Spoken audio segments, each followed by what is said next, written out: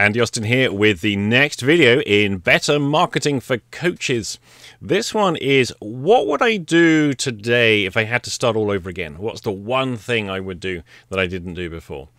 Now, this one is actually really easy, and I've been suggesting this to various coaches and therapists over the years, and I don't think anyone's ever done it. I think immediately it raises a fear in people, and whether that's reasonable to be fearful or not, I don't know.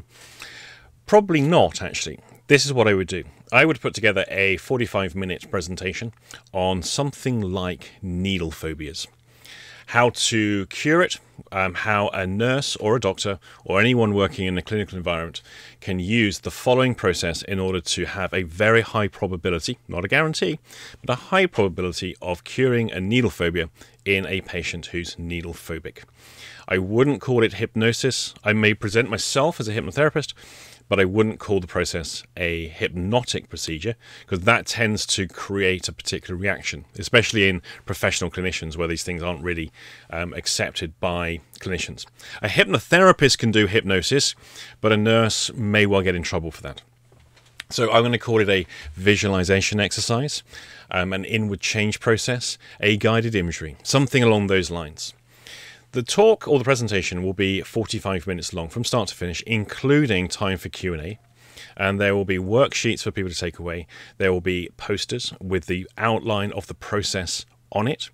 There will be an instruction sheet for everybody. I will have pens that are branded up with my stuff, key rings, all the cheap little trinkets that you can give away to people with contact details on, as well as business cards and leaflets, and a poster for the person to take away with them to stick up in the staff room office, with a 25% discount for all NHS staff. That kind of stuff. Now, here's what I'm going to do. It's going to be twofold. I'm going to go around all of the local GP surgeries and clinical practices, and I'm going to offer a free 45-minute talk on how I can show them, as an experienced hypnotherapist, how they can fix, with a high degree of probability, a needle phobia in a needle phobic patient, using a very simple guided imagery process. And many people won't be interested, but I would imagine there'll be quite a few who will take me up on that offer. The other thing that I'll do is I'll go to the nearest hospitals, particularly teaching hospitals. There's something that happens in teaching hospitals that many people who don't have clinical background won't necessarily be familiar with. In order to work as, say, a nurse or any registered healthcare professional, and then to progress your career, you're going to have to do lots of post-registration courses. And in order to do some of these courses, the requirement is you have to teach elements of it to other people. So in teaching hospitals, every week a list goes around all of the departments, listing out all of the sessions that are being taught that week. Now, essentially, staff are sent, whether they want to or not, on some of them, because in order for that person to do their course, they have to have someone to teach. So people are sent. You get along to that particular presentation. Years back, I did one. I taught on interpretation of ECGs and on particular aspects of arrhythmias. That was one I used to do. Now, here's how this works. So I had all my stuff put together. I would have a room allocated to me, and I may well, on the particular day, have the same session on offer, say half a dozen times throughout the day. And these talks are usually from 20 minutes to about 45 minutes. Most staff get an hour off the ward, and they have to have that extra 15 minutes to get from the ward to where the teaching is, and then back again. That's why you don't run it from 1 hour to 1 hour. It has to be, say, about 45 minutes or shorter. Short and concise. Now, what could happen is I would have the room, and on some of the sessions which are allocated, so several times throughout the day, sometimes you'd have like 50 people turn up. Room's not big enough, so half of them go away again.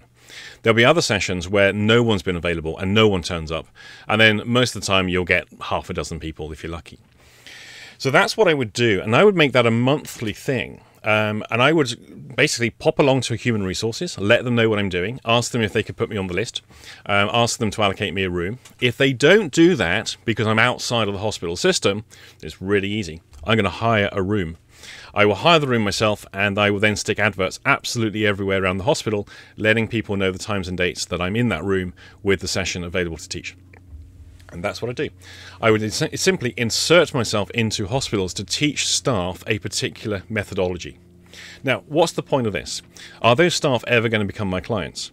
Maybe some of them will, actually. I used to get a good steady stream of people from the hospitals in which I worked.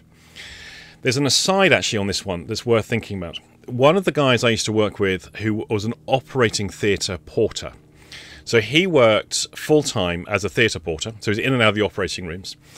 He's a runner for various bits and pieces, and of course he conveys patients to and from the operating rooms. Now, he made a side living on valeting people's cars, so essentially cleaning the inside of people's cars. There was thousands of staff at that hospital. The car park was immense. And so he didn't really have much difficulty in finding additional income from people that wanted their car valeted. And of course, some, especially some of the consultants, they want a nice clean car, and they'd have him book in every week or every month, so it's a regular gig. Now, in the conversations I had with him, he found himself in an interesting dilemma. He could make more money servicing the cars than he could working full-time. So he was looking at, okay, if I quit working as a theatre porter, I could actually now make much more money valeting cars as a full-time living in this hospital and the other hospital, which was further down the road. But he was aware that by doing so, he'll probably start to lose the work. Because he's a feature, he was a character within the hospital setting. People knew him, there was a direct accessibility, and people could go, oh, John, can you sort my car out later? And if he's not in that environment, he loses that contact. So he was aware that by leaving, he may be shooting himself in the foot, so to speak, because he wouldn't necessarily, the work would begin to dry up as time went on. So having an inroad into such a building of such a high volume of people is hugely advantageous, especially when you're a known face, you're a known name. The other thing is, staff talk to other staff, and staff have families and staff have friends.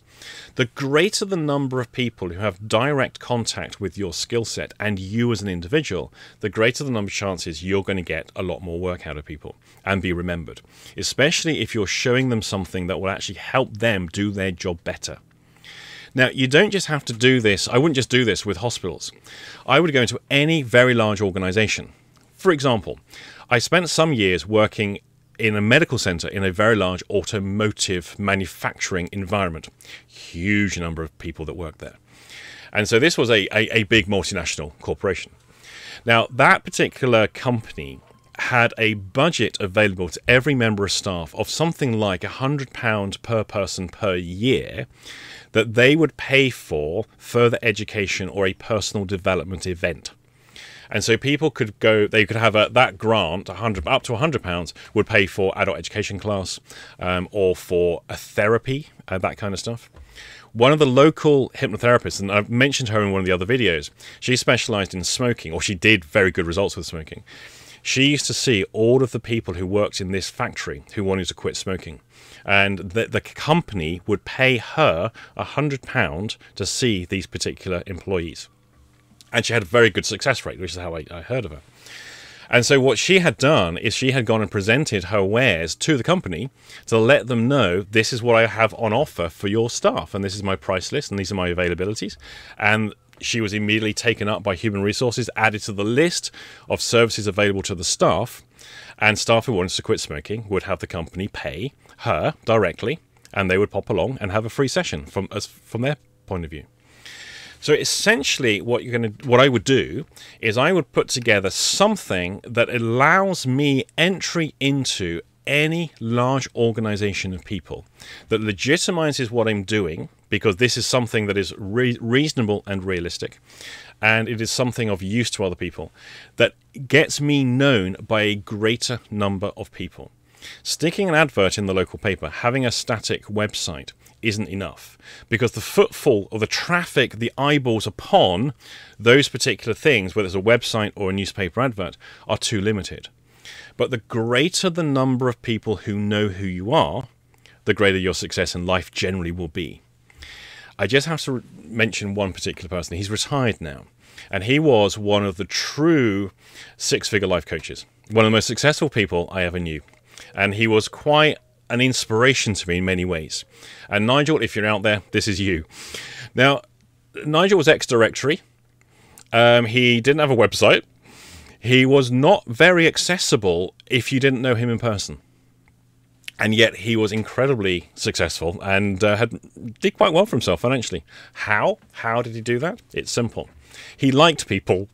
I know it helps. He liked people. Now, as a result of liking people, he was part of the community.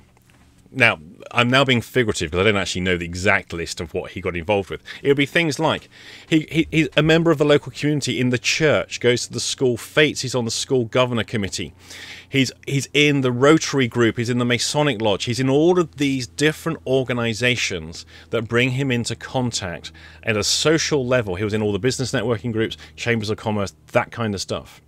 He was part of the community. He was a very positive guy. He was very out there, very confident. He liked people. I'll say it does help. So all of his marketing was him. He didn't rely on third-party passive agencies like status updates on social media. There wasn't social media back then. This was pre-internet days. He didn't rely on a website. Well, we didn't have a website. He didn't do newspaper adverts. One of the things that really caught my attention, I had my own NLP group and hypnosis group running at the hospital. I'll talk about that in another video. He ran one very close by, which I was a regular at. And he would have like 100 plus people on a regular basis. He had one of the biggest NLP groups I think I'd ever attended. And how did he achieve that? Word of mouth. By his word of mouth.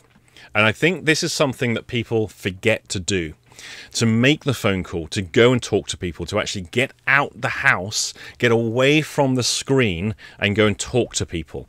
Go and actually connect with human beings. I know it's a lost art these days as everyone's reliant on email and Facebook. But this is a really cool thing. One thing I know about the majority of therapists, they will never do any of this. They won't. Because they're essentially nice but often quite vulnerable people. To make a difference to your own particular business, I suspect by being the person who does this kind of stuff, it puts you miles ahead of everybody else. It makes such a big difference. Anyway, that's all I've got to say on this particular video. There's more to come in this series. As always, do please click that like button, leave any questions or comments in the comment section below, and I'll see you in the next video.